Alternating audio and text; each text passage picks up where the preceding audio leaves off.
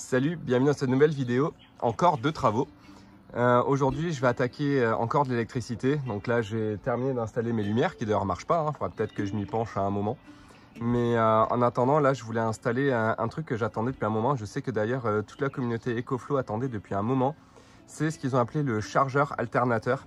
Donc le chargeur alternateur en fait ça fait un petit peu penser en quelque sorte au Sirix qu'on peut retrouver chez d'autres marques qui sert à charger les batteries auxiliaires grâce à l'alternateur. Donc là on va être sur un système en fait donc 100% EcoFlow qui va nous permettre de charger une batterie EcoFlow à l'aide de l'alternateur du véhicule. Donc jusqu'à présent la seule solution qu'on avait pour se charger sur la voiture directement c'était la prise allume-cigare avec derrière une prise XT60, mais le problème c'est qu'on est limité à 100 watts en puissance. Donc sur une batterie comme la mienne de 2000 watts, on va mettre logiquement 20 heures à charger pour passer de 0 à 100%. Donc c'est extrêmement long, surtout qu'on ne va jamais rouler pendant 20 heures avec la voiture pour aller charger sa batterie. Donc ils ont sorti leur nouveau système qui va permettre de charger à 800 watts. Donc là on mettrait un petit peu plus de 2 heures à charger, donc c'est beaucoup mieux, sachant que 2 heures serait pour passer de 0 à 100%, donc c'est pas souvent le cas. Je vais installer ce système et je vais le tester sur ma Delta Max. J'ai fait un peu de rangement là, la soute elle est toute clean, donc je vais voir où est-ce que je vais l'installer. Déjà on va déballer ça, soit je vais l'installer là-haut, soit là, mais je doute qu'il rentre là, ou alors il va falloir que je me fasse une planche peut-être supplémentaire là pour aller caler le chargeur d'alternateur. Donc déjà il est là, on va ouvrir ça et on va voir comment on se l'installe.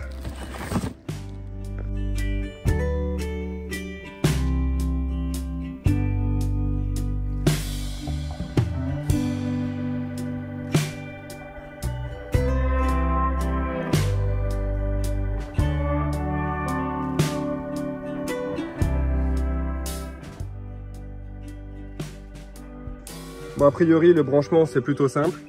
Donc, on va avoir le fusible qu'on va brancher au plus de la batterie du bus, ou du véhicule en tout cas. Ici, on a un fusible 125 ampères. On va les mettre le plus de notre câble sur le fusible. Le moins, on va le mettre sur le moins de la batterie. Ça se branche au chargeur alternateur. Et ça va être notre câble pour brancher du chargeur alternateur à la batterie EcoFlow. Voilà, tout simple, avec la petite patte qui va venir se mettre derrière, qui va permettre de fixer ça sur notre cloison. Moi je vais le fixer, je pense que ça passe au-dessus là, au-dessus du tableau électrique. Donc on va aller se monter ça et ça va être assez rapide je pense.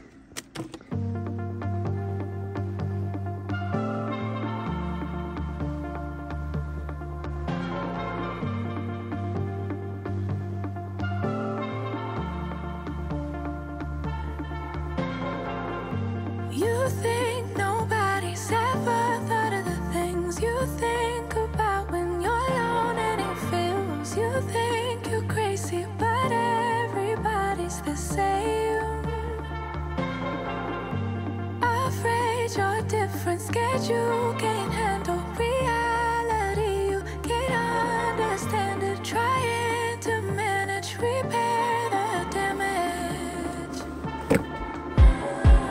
A couple steps but in slow motion, a couple distant in oceans. I thought that it would heal you but it's poison. I thought I lost it.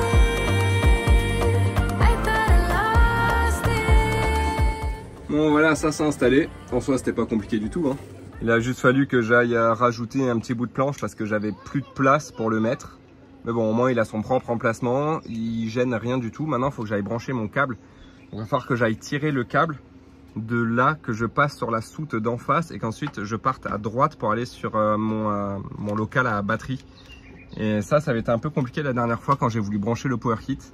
Mais bon, maintenant déjà je sais par où passer. Il y avait déjà un trou, ou alors j'avais refait un trou. Ouais, j'avais refait un trou. Il va falloir que je me fasse encore un autre trou parce que celui que j'avais fait en fait, il faisait pile la taille du câble. Donc je fais un nouveau trou pour passer cet énorme câble et ensuite je branche tout ça. Alors là je suis de l'autre côté. Donc c'est ce câble qui sert à charger mes batteries du bus que j'avais fait passer là derrière, dans ce trou. Et le truc, c'est que le trou est trop petit. Je pense pas que je vais réussir à passer un autre câble dedans. Ça me paraît très compliqué. Ah non, c'est sûr et certain, ça passe pas. Il faudrait que je fasse un autre trou encore au-dessus Mais j'avais tellement galéré. J'avais dû démonter ça. Bref, tout démonter pour accéder, quoi. Donc comme mon câble est là-bas, déjà je vais le tirer jusque là.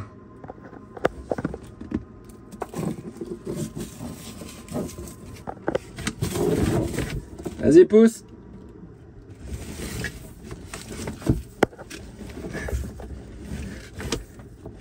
Tu me dis quand t'es presque au bout.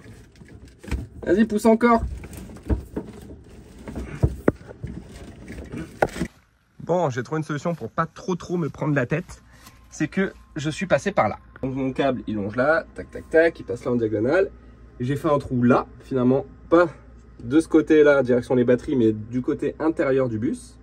Ça arrive ici, dans mes trappes, là. Voilà, il arrive là. Il longe le long de mes trappes. Tac. Et il ressort ici pour atterrir là-bas dans ma soute à batterie. Du coup, voilà, j'ai connecté le neutre. C'est celui-là. Du coup, j'ai 3 trucs maintenant. J'ai le chargeur alternateur. Ça, c'est pour charger le power kit. Et ça, c'est mes panneaux solaires. Voilà, il me reste le plus à brancher. Donc là, pareil. Hop, panneau solaire.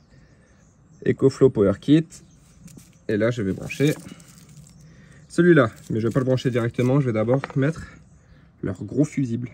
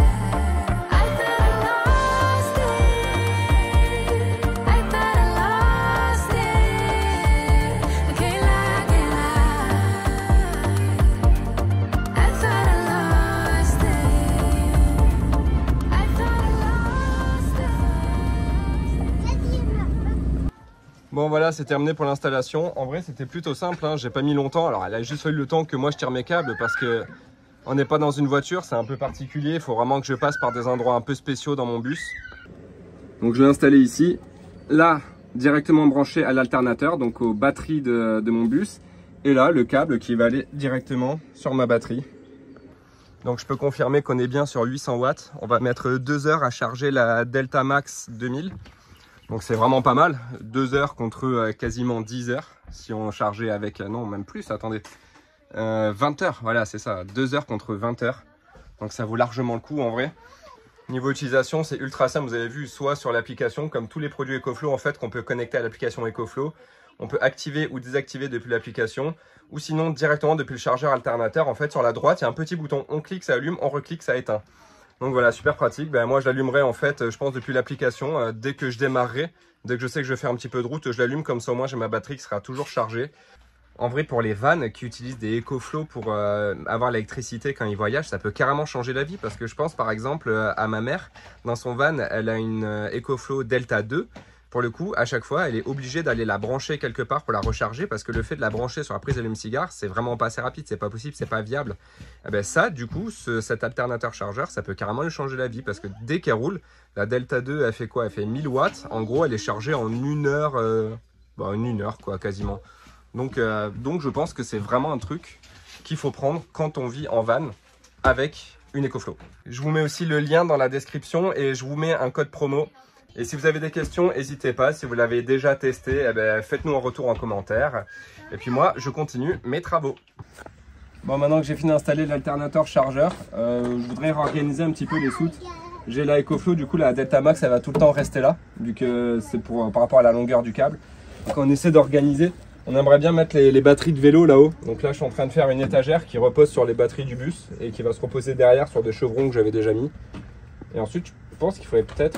Enfin, non, j'ai dit rajouter encore une étagère, mais en vrai, on peut pas en caler une là parce que là, tu as les aérations.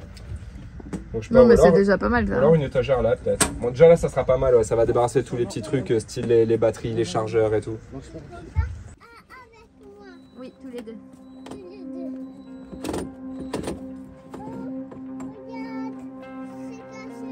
Non, c'est pas cassé, c'est moi qui l'ai coupé.